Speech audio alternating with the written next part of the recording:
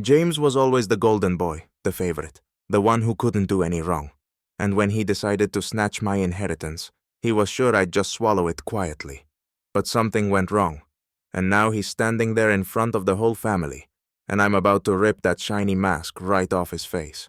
But wait, this is only the beginning. My name is Mark, and yes, I'm 25. No, I'm not usually the type to complain about life's unfairness, but when it comes to my golden brother, James, well, as they say, God himself would approve. James is 28, and he's always been at the top of the family pyramid. The parents' favorite, he's got it all. Talented, successful, forever the best son in the world. That's what they called him, the golden boy.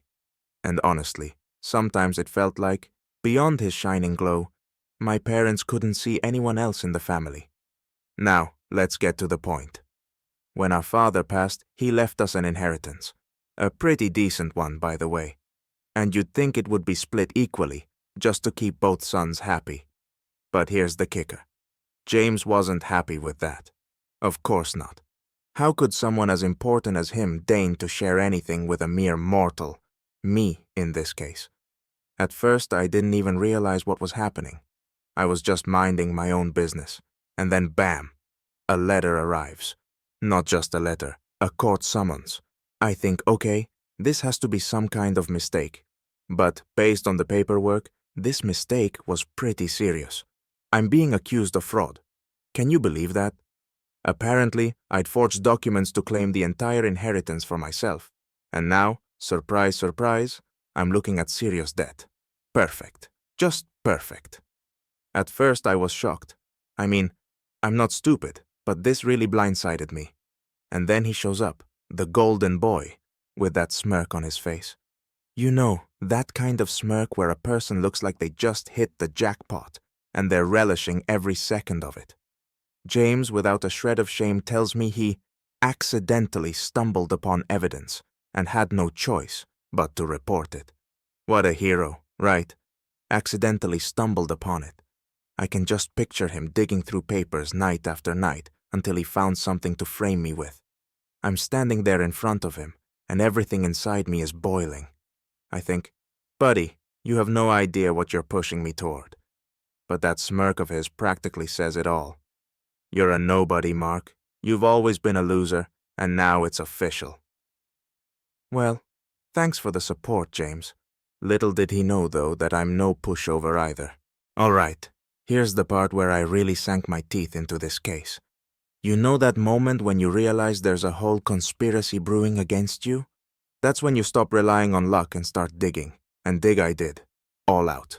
If my dear brother thought I'd just roll over, then he clearly underestimated me. I launched my own investigation, hired a private investigator. Not exactly cheap, by the way.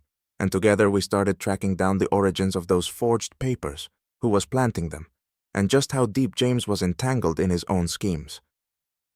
While I was at it, I ran into an unexpected discovery. All my close friends suddenly started to distance themselves from me. You know how it goes. Just yesterday we were inseparable, and now, out of nowhere, everyone's super busy. At first I thought maybe I'm being paranoid. But no, this was a full-on rejection. A lot of them were simply afraid of crossing the perfect James. God, he could snap his fingers and turn people into zombies who'd believe anything he said. He could never do that. It's Mark. He's probably brought this on himself. A convenient story, right? And family friends? Don't even get me started. They're all shocked by my actions. Not one of them even bothered to call or hear my side of things. They believed his fairy tale like some old superhero movie, where James plays the noble big brother, heroically saving the family from my invasion. And they all just turned their backs on me without a second thought. Every new day felt like a twisted, surreal show. I could see how he savored every second of my downfall, this drama he'd masterminded himself. Oh yeah, he loved watching me slide slowly, painfully, downhill. He'd laugh right in my face with that insincere, teeth-grindingly sweet smile of his, pretending to feel sorry for poor Mark. I wish I could say I didn't care, but no. It made my blood boil. But then something changed. At first, I felt the sheer despair that this was even happening. But then something clicked, and I started to pull myself together. I realized that, damn it, I was actually starting to enjoy the game. James's smug smile, as if he'd just won the lottery, didn't make me pity him anymore. Instead, it fueled me. I could literally feel myself growing stronger, each day of this battle with him adding to my resolve. I knew I wouldn't stop until I found everything I needed to squeeze him dry, like a lemon. After a few sleepless nights, poring over old bank statements and documents, I finally started seeing the light at the end of the tunnel. To be honest, it wasn't just a light. It was a blinding spotlight, aimed right at my precious brother. And that light exposed a heap of dirty little secrets he'd been hiding for years. You know, when you start uncovering things like this, it actually becomes a bit enjoyable. The satisfaction of sifting through all that deceit almost made the sleepless nights worth it. The first thing I uncovered was bank transfers. And not just any transfers. Let's call them less than honest ones. These funds didn't belong to me, but they were drawn from my father's estate. So James had started siphoning money even while our father was still alive, almost like he knew the end was near. And that's when things really started getting fun. I hired a lawyer, and together we began digging carefully. This guy knew his stuff, and we managed to get our hands on a few particularly juicy documents that made James look even worse. Turns out, over the last few years, he'd been digging himself into a financial black hole. Loans, credit lines. He had it all, and in such quantities, you'd think he was building a mini empire. Only, that empire was built on borrowed money. James was so deep in debt that if I hadn't discovered the truth in time, he'd soon be out on the street, losing his golden reputation along with his expensive watches and designer suits. Apparently, he'd decided the best way to fix his financial mess was by removing me from the family inheritance. A brilliant plan, don't you think? Of course, James was certain no one would ever uncover his schemes. After all, he's so clever, so wonderful, always in control of everything. Ha! His fake confidence only fueled me further. I knew I had to gather all the evidence and see this through. At one point, flipping through yet another stack of papers, I noticed a small transfer that looked completely out of place. You know that feeling when something just doesn't seem to fit? This was exactly that. The transfer was to a strange account and was labeled as payment for some important consultation. Since when does James pay for consultations? He always acts like he knows better than everyone else. That's when I realized this was likely part of his scheme, disguised by a bogus excuse. Every one of these tiny transfers was a breadcrumb of his desperation, and I was prepared to follow each one, tracking every detail, date, amount, destination. The more I uncovered, the more I realized just how far he was willing to go to get me out of the picture. And the whole time, he kept up this smug hero act, as if he were the one protecting the family's honor. It's laughable, isn't it? Well, as they say, he chose his role, and I was more than happy to play along in this little show. Only now I held all the cards. With everything I could possibly find in hand, I no longer felt like some helpless victim. On the contrary, it was like a shot of adrenaline. I was ready for war. So the moment finally came when I wasn't just digging up dirt on James. I was running a full-scale operation, like something out of a spy movie. Armed with evidence, I started setting up small traps, tiny threads leading straight to him, and each time he stumbled over one, it pulled him deeper into his own web of lies. Honestly, it was incredible. I felt like a puppeteer, pulling strings, with James as the helpless puppet. First, I decided to have a little chat with a mutual friend of ours. Let's call him Tom, the guy naive enough to believe that brothers will always be brothers. I knew James trusted Tom, and that anything I told him would quickly find its way to the golden boy. That was the plan, to feed Tom just the right information so that James would jump into action without a second thought. So, I meet up with Tom and open with something like, "Hey, I recently found out that someone's been trying to take out a loan in James's name using our family documents. I need to find out who's behind it before James gets into serious trouble."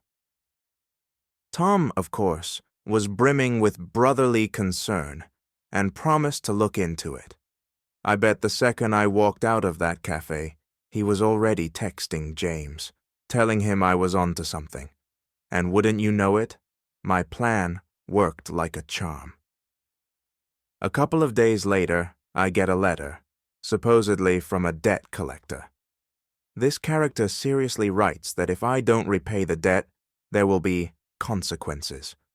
Oh, and the letter included a forged signature, one that was done with all the skill of a failing high school art student. Clearly, James didn't even try to be careful. He just needed me to get scared. I have to say, his creativity could use some work. With that letter in hand, I headed straight to my lawyer. Picture this. We're both looking at this pitiful excuse for a threat, and we can't stop laughing. My lawyer is trying to keep it professional, but I can tell he's barely holding it in. Did James really think I'd fall for this? Hilarious. Well, if he's so eager to play, let's give him a show. My lawyer suggested we respond in a way that would make James think I was genuinely panicking. We wrote back to the so-called collector, begging for more time, and I added a line about how terrified I was for my safety. I even threw in, "Please, don't come to my house," just to make sure James would believe he had me cornered. I prepared like it was the fight of the century. This was a family meeting, but it looked more like a scene from a crime thriller. Picture this. The living room, usually a peaceful place for family chit-chat, had turned into an arena for a true showdown. I invited everyone, my parents, family friends, and of course, my lawyers, standing in the background like bodyguards. James was sitting off to the side with that smug expression, still convinced I wouldn't be able to pull anything off. Well, it was time to teach him a lesson. I stood in the middle of the room, cleared my throat, and began. And trust me, this wasn't just a speech, it was a masterclass in sarcasm and righteous anger. All right, everyone, I didn't gather you here for nothing. It turns out our perfect family has some, let's just say, dark secrets. And let's start with everyone's favorite, the golden boy, James. At that moment, all eyes turned to him, and he flashed his signature smile as if he didn't realize what was coming. So, our dear brother here has been working on a flawless plan to squeeze us dry for a while now. Take, for instance, the hidden bank transfers on secret accounts, money disappearing well before Dad even passed away. And let me tell you, it wasn't a small amount, but apparently that wasn't enough for our star. I showed everyone the documents proving his little schemes. You should have seen the look on James's face. With each new document, his confidence melted like ice cream in the sun. Then I moved on to the letters. Oh, and let's not forget, our brother here is also a forgery artist. Here's a lovely letter, supposedly from a debt collector, full of threats and attempts to scare me. Isn't that sweet? At this point, James looked like he was about to choke with indignation, but this was just the warm-up. I turned to my parents, who were sitting like statues, their faces showing every emotion: shock, disappointment, disbelief. The family friends began glancing at each other, whispering. I could see how the admiration in their eyes, once so solidly directed at James, shifted to something closer to contempt. And you know what? I felt my confidence growing by the second. Blow by blow, revelation after revelation, each piece of evidence was a nail in the coffin of his reputation. By the time I was done, James was sitting there, pale as a ghost. But honestly, after ripping off his mask, even I felt like I was looking at a different person. Pathetic, exposed, and utterly humiliated. Silence hung heavy in the room after my public takedown. It felt like the air had thickened to the point where you could cut it with a knife. But just as I was savoring the moment, James sprang up from his seat, his face twisted in rage, which only made me smirk internally. Of course, perfect James, never used to anyone standing up to him. And here he was, losing his composure at his younger brother. It was priceless. "Do you really think you've won?" he hissed. "If you don't drop this stupid charade right now, Mark, I'll make your life hell. You have no idea what I'm capable of." Sure, it sounded intimidating, but I felt unshakable in that moment. Honestly, the only thing on my mind was how quickly he jumped into panic mode. "Oh, are you serious? You're threatening me right here in front of everyone? Nice, James. Just brilliant. You really think I didn't prepare for this?" And then came the moment for the final blow. Slowly, with a slight smile, I pulled out my phone and played an audio recording. It was from that carefully orchestrated meeting where I'd baited him into spilling everything.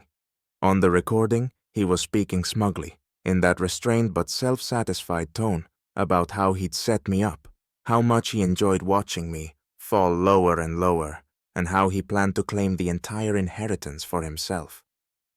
The room fell into dead silence.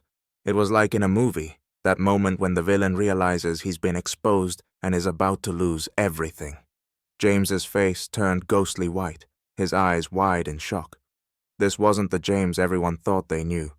This was someone caught red-handed, someone who had just realized he wasn't getting out of this. And the moment was priceless, as if the world slowed down, letting me savor every millisecond of his disgrace. My parents sat there, speechless and stunned. Family friends who had once admired his success stood in utter shock, and I stood there, savoring every second of his humiliation, watching as his perfect life unraveled before his very eyes. When the recording ended, I turned off the phone and looked him square in the eyes. "So, brother, got anything to say?" From the moment I hit play on that recording, everything started rolling like a snowball down a mountain. That was only the first blow to James's perfect life. But trust me, it wasn't the last. Right after our little family revelation, the legal proceedings kicked off. And if James was still trying to play the victim before, now there was no trace left of his fake heroism. Every day, I walked into that courtroom like it was my job. The lawyers tore him apart on every count, and I sat there watching as he struggled, looking more and more like a fish caught in a net. His face gradually lost all color, and the once confident golden boy was now just a shadow of himself. The entire courtroom knew he was guilty, and even his lawyers seemed at a loss on how to save him. Declaring him a fraud was only a matter of time. A few of his friends, who once looked up to him, initially tried to support him, but as soon as the serious charges came down, they quickly turned away. After all, they each had something to lose, and associating with someone now officially recognized as a fraud didn't look good. James was in complete shock. His perfect reputation, carefully built over years, was unraveling right before his eyes. At one of the hearings, he couldn't hold it together and burst out, shouting things like, "This is a setup," and "None of you understand." It was both pitiful and almost funny. He had dug his own grave, and now that everyone could see his true face, there was no charm left to fall back on. With each new session, I watched him gradually give up, and it was, well, let's just say, satisfying. In the end, he lost everything. His share of the inheritance, his name and his status. He became someone people avoided, someone no one trusted, someone others looked down on. And me? I finally got my name back, my rightful share of the inheritance, and most importantly, the respect that he'd tried to strip from me. After this whole legal circus, the world became clearer and harsher for me.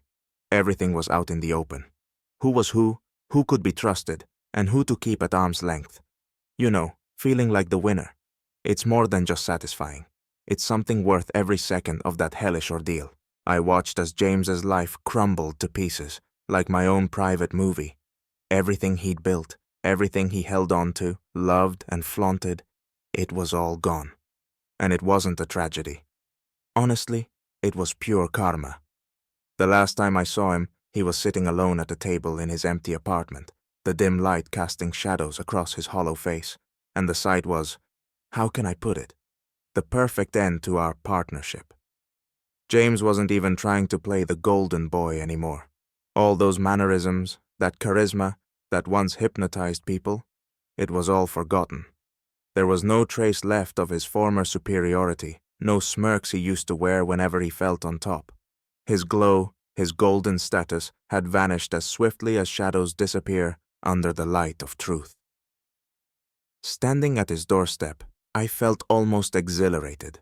All those people who once worshipped him had turned their backs. They didn't even try to help. Each one realized there was nothing left to gain by sticking with him. Only trouble. Once it became clear he wasn't a star, not the perfect heir, but a fraud and a manipulator, they all started disappearing, one by one, leaving him in this empty space. I watched him try to make sense of what went wrong, and it was almost sad? No. Honestly, it was educational. So this is what it feels like to hit rock bottom? I asked, stepping into the room, trying to suppress a grin. James didn't even lift his head. He just sat there, gripping a piece of paper, as if it held all the answers to his problems. You won, he managed, barely above a whisper. And I suddenly realized it might have been the first time he'd ever acknowledged weakness. But there were no pleas, no begging for forgiveness, nothing like that. I think he understood that his own games, his greed to have it all, had brought him here, alone and broken. Everything he once had was gone. Behind all that money and the illusion of success, there had been nothing real. It wasn't me who won, James. You dug your own grave, I said, looking him straight in the eyes. That was the moment I knew he had nothing left to say. This man, so proud of his ability to control and manipulate others, was now completely lost and emptied out. And the most ironic part? He knew it too. The realization was there in his eyes, and that flicker was the only shine he had left. Standing there, I felt not just relief, but a bit of sadness. Not for him, of course. It's just that when someone you've known your entire life turns out to be nothing more than a shadow of ambition and greed, you realize there's no family left anymore. There'd be no more envy, no rivalry, no brotherly conflicts. Finally, I was free of his shadow. But I also understood that this betrayal had left its mark on me. No matter what, he was someone I'd known my whole life. And when someone you once thought was yours stabs you in the back, that scar stays with you for a long time. I turned to leave, leaving James behind in his empty apartment, surrounded by the remnants of his former glory. He'd been left with nothing, and that was exactly what he deserved. But now I knew one thing. I would never let him, or anyone else, dictate my life again. I was free, and whatever the future held, it would be mine alone, without his damn shadow looming over me.